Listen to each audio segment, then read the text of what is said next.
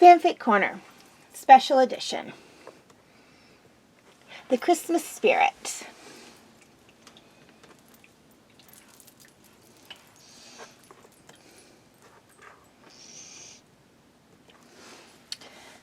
The galaxy was a big place with numerous planets, so many that no one had been to them all, not even long-lived species like Grogu's kind.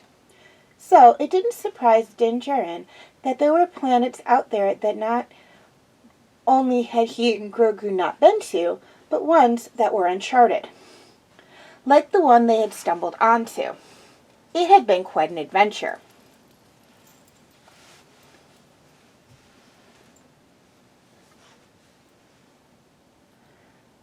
It had started off as a simple mission. Djarin and Grogu had met up with a friend of Bo-Katan's named Hera. She had been very nice, even allowed Grogu to play with her son Jason under the watchful eye of her droid Chopper while she and Djarin discussed the mission. She was pretty too, though Twi'leks never interested him all that much, despite his respect for them. Though he had to admit she was easily 10 times prettier than Jinx had been. The job was to deliver supplies to a small settlement in the Outer Rim. "Thank you for doing this," Hera said as she helped Djarin load the supplies. "I do it myself, but I promised my father that Jason and I would be on Ryloth for the holidays this year." "How long has it been since you've been home?" Djarin asked. "A year before the Battle of Yavin. The rebellion kept me busy, and my father was busy liberating Ryloth." "Your father's Cham Syndulla, right?" He had heard about General Syndulla, but had never met him. "Yes, have you met him?" Hera asked. Cham rarely left Ryloth, but she knew that Djarin traveled the galaxy. "I never had the pleasure, but I have heard of him." "Well, he can be a little stubborn, but I'm like that too. Thankfully, Jason seems to take after his father." Djarin didn't ask about Jason's father. He could tell that it was a delicate subject. Ahsoka had told him that he had died before Jason was born, sacrificing himself to save Hera, Sabine, and Ezra. He would gladly sacrifice himself for Grogu. The supplies loaded, it was time to gather up Grogu and head out. "Come on, kid," he said, picking Grogu up. "We have to deliver these supplies." Grogu looked over at Jason as if he didn't want to leave his friend. "We'll stop at Ryloth on the way home, and you can play some more with your new friend."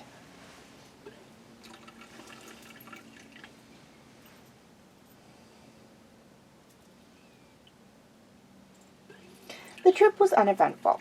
They dropped off the supplies and discovered another, smaller shipment for a nearby planet. Landing the ship on a mountain with many houses built from the summit to base, Djarin got out only to be greeted by an angry-looking Lakar hound. "Nice doggy," he said, backing up slightly. 5 kids from 5 different races ran up the path. "Badger, no," said the Taruga. Aunt Hera calmed Mom and told her he was coming. "Come on, Badger, back off," said the Trandoshan, trying to push their pet back as the Taruga, a Twi'lek, a Nautolan, and a Rodian tried to help him. "Badger, heel," said a woman. Badger immediately relaxed. "Hunter, Wrecker, Echo, Tech, Crosshair, take Badger and go play," the woman said, walking up to them. All 5 kids headed back down the path. "We could have gotten Badger to obey Mom," the Rodian said. "I know, Crosshair. Now go play with your brothers." The woman looked towards Djarin. "Sorry about that. Badger used to be a goat dog." "Hi, Omega. How's Boba doing?" "Last I heard, fine. He was hoping to come visit me and the boys for Christmas, but something came up and he had to cancel. He said he'd try to make it for New Year's, and if not, we plan to visit him for Easter. Would you like to come in?" "Give me a moment," Djarin said, getting Grogu out of the ship. Omega smiled. "Hi, cutie," she said. "Mom," the Twi'lek said, "Crosshair's not playing the game right." "I'll have a talk with him," Omega said. In the meantime, why don't you and your brothers show Grogu around? Djarin passed Grogu to the Twi'lek as the other four joined them. Be careful, he told the boys. He's still a baby. We'll take good care of him, the Twi'lek said. That's Hunter, my oldest and first baby, Omega said, as the boys carefully made their way down the path followed by Batcher. He's very responsible. So are Echo and Tech. Djarin knew he could trust her. She knew her sons, but it was hard.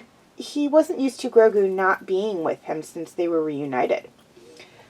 Can I get you something to drink? Omega asked as they entered the walled-in patio. I appreciate the offer, but I only just regained the privilege to wear my helmet. By the time the boys had gotten back, Djarin had told Omega everything from when he had first met Grogu, and Omega had told him about her life on Kamino, her adventures with her brothers, growing up on Pabu, and her time in the rebellion. Mom, Wrecker said, can Grogu and his dad stay the night? I'm afraid we can't. Djarin said, we need to get back to Mandalore. We'll stop by here to deliver your aunt's packages. We stopped by here to deliver your aunt's packages. The boys started to argue, but Omega stopped them. Boys, who's watching? She asked. Santa, they said together. That's right, and if you want him to bring you presents, you have to be good. We'll be good, Mom. We promise, Tech said. That's all I ask. Now go set the table. Dinner's almost ready. Her boys hurried into the house. Are you sure you don't want to stay for dinner? Omega asked Djarin. I can keep the kids outside while you eat. Please stay, the boys said, looking out the window. You don't really have a choice now, Omega said with a smile. They can be very persistent.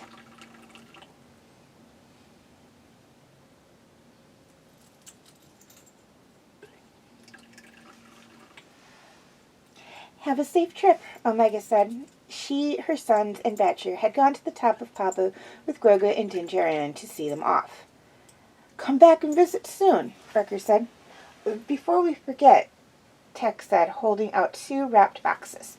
Thank you, Djarin said, taking both boxes. They're each a little something from our beach, Echo said. The boys love to go to the beach, Omega said. They're always bringing things back, especially after a storm. That's when the best stuff washes ashore, Crosshair said. They're Christmas presents, Hunter said. I'll make sure that Grogu doesn't open them. Come on, kid. Time to head home. The trip was uneventful until they suddenly dropped out of hyperspace and were forced to land on a snow-covered planet.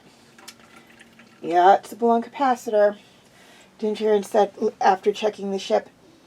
The sound of snow crunching caused him to turn around. There stood a snow-white Wookiee. Problems with your ship? It said. Perhaps my friends can help.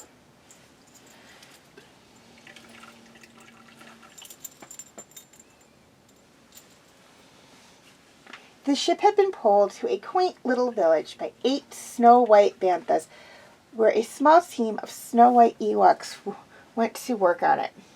Djarin also couldn't help but notice that that the other Ewoks were making toys. I appreciate this, he said to the Wookiee. Everyone seems busy. This is our busy time of year, but we'll make sure you get home. Grogu tossed the snow in the air and watched it fall. He had seen snow before, but it always fascinated him. Several smaller Ewoks, children Djarin assumed, played with him. Grogu rarely got the chance to play with other kids, so Djarin let him be. The village was actually very quaint, and, despite everyone being busy, quiet. It reminded him of their home, except covered in snow and ice instead of sand and lava.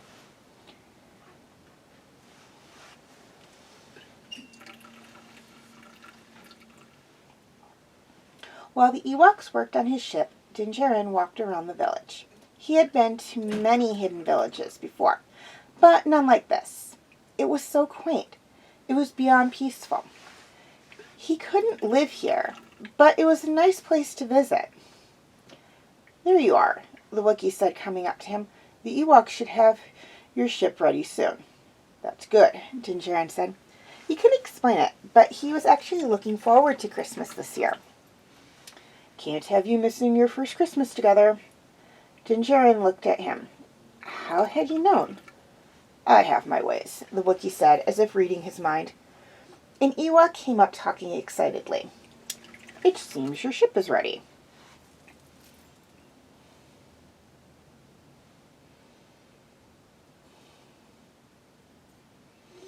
The trip back home was uneventful. Along the way, Djarin made some mental plans for the holidays. He had no idea if Grogu had celebrated Christmas before and wanted to make this one special. The people of Navarro had decorated the village in anticipation of the holiday. Even Djarin and Grogu's home was brightly decorated. Grogu was very excited. The other children had been telling him about Christmas for weeks. When Christmas morning dawned, Grogu woke his dad, eager to open his presents. And there were quite a few. Their friends from the village had sent gifts, as had their enclave and Bo-Katan and their friend Ahsoka Tano and her apprentice Sabine Wren and Sabine's husband Ezra Bridger. Hera and Jason had sent presents along with the ones they had received from Omega and her boys. Even Boba Fett, Fennec Sheh, Peli Matu, and the Duchess of Peril 15 and her husband had sent gifts. But there were several that Djarin hadn't noticed until now. He remembered the children of the village talking about some being they called Santa Claus. Is that who he and Grogu had met? Grogu pulled one of the presents towards him. Like any little kid, he was eager to get to the presents. Djarin watched as his young charge began ripping the paper. Their first Christmas together.